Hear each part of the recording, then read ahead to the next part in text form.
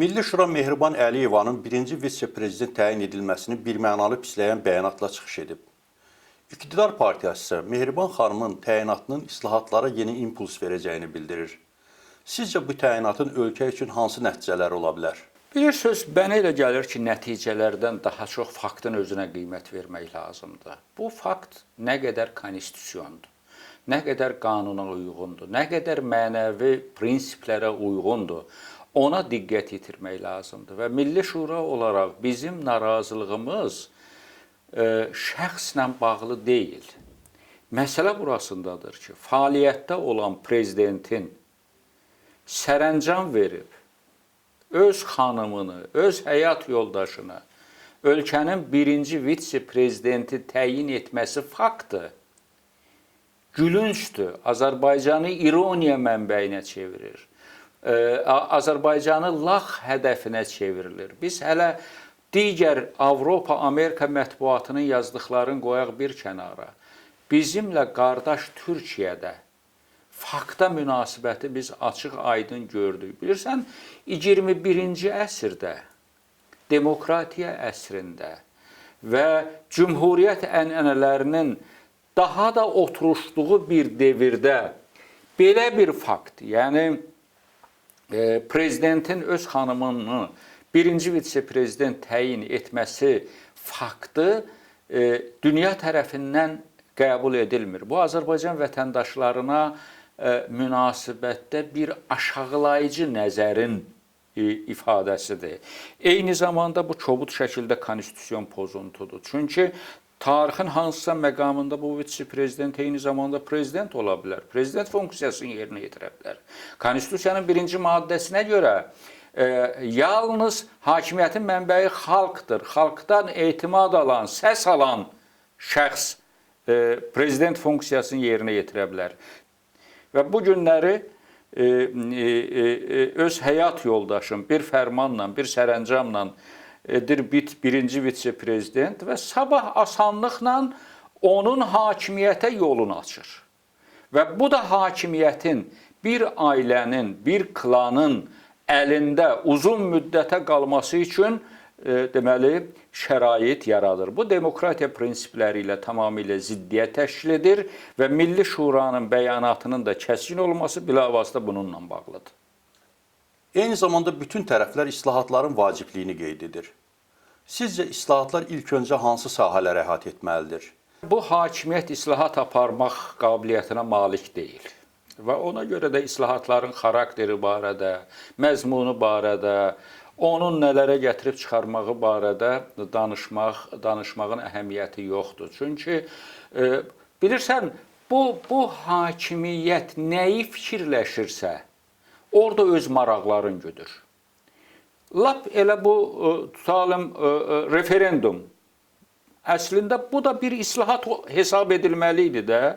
Amma bu referendumda neçə dəfə konstitusiya dəyişilibsə, və islahat adı ilə dəyişilibsə, bunların hamısında dəyişikliklərin bilavasitə ailənin hakimiyyətinin möhkəmləndirilməsinə xidmət etdiyini biz görmüşük.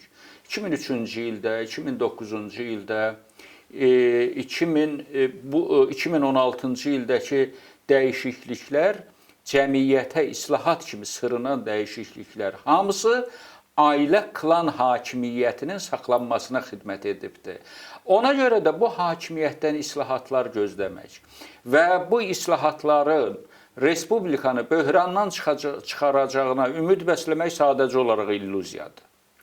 Milli Şura iqtidardan kütləvi həbsləri və repressiyaları dayandırmağı tələb edən bəyanatla çıxış edib.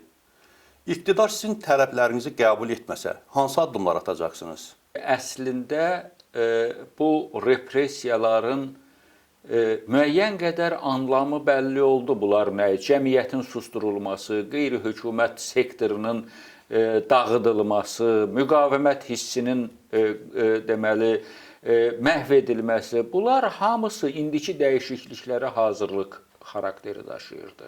Və əslində iqtidarın hesablamaları ondan ibarət idi ki, hakimiyyətin ailə klan çərçivəsinə salınmasına hansısa bir cəmiyyətdən etiraz gəlməsin. və bu günə qədər də həbslər davam edir. Bax, belə bir şəraitdə əlbəttə müqavimət olacaq, tənqid olacaq. Azərbaycan cəmiyyətində korrupsiyanın səviyyəsi azalmayıb. Monopoliya həmin qaydada davam edir. Böhran dərinləşməkdə davam edir. Böhranın ağırlığı xalq kütlələrinin üzərindədir. Bilirsiniz, biz xalqın içərisindəyik, biz regionlarla əlaqə saxlayırıq, gedirik, gəlirik. İnsanların vəziyyəti son dərəcə ağırdır. Və bu günləri Azərbaycan hakimiyyətinin ümdə vəzifəsi əlavə struktur yaratmaq, deyək, birinci vitse-prezident ya vitse-prezidentlər institutu yaratmaq deyil, xalqı bu böhrandan çıxartmaq olmalıdır. Ona görə də bundan əvvəlki sualda dediyiniz kimi o islahatlar məsələsindən tamamilə əl çəkmək lazımdır. Yəni, bu hakimiyyətdən islahat gözləməyin mənası yoxdur və bu repressiya hakimiyyətidir, bu polis hakimiyyətidir və Əliyev 2013-cü ildə hakimiyyəti nə formada antikonstitusyon yolla mənimsəmişdirsə, həmin antikonstitusyon yolla da o mənimsədiyi hakimiyyəti istədiyi istiqamətə yönəldir. Azərbaycanda baş verənlərin ictimai, siyasi və sosial mühitə təsirləri nə ola bilər? Beynəlxalq reaksiya necə? Milli Şuranı qane edirmi? Beynəlxalq həyata gəldikdə isə, bilirsiniz, indi beynəlxalq münasibətlərin elə bir zamanıdır ki, heç kəsin üzərinə qoşun yeridib demir ki, sən bunu səhv elədin, sən bu beynəlxalq münasibətlərə ziddir, bunu etməməliydin və s. İndi münasibət sözlə, qərarlarla, qətnamələrlə bilinir. Və hesab eləyirəm ki, beynəlxalq aləm əgər bunları deyirsə, sivil dövlətdə, hüquqi dövlətdə, sosial dövlətdə bunlar nəzərə alınır. Əgər Azərbaycan hakimiyyəti bunları nəzərə almırsa, dediyimiz istilahlardan uzaqdır.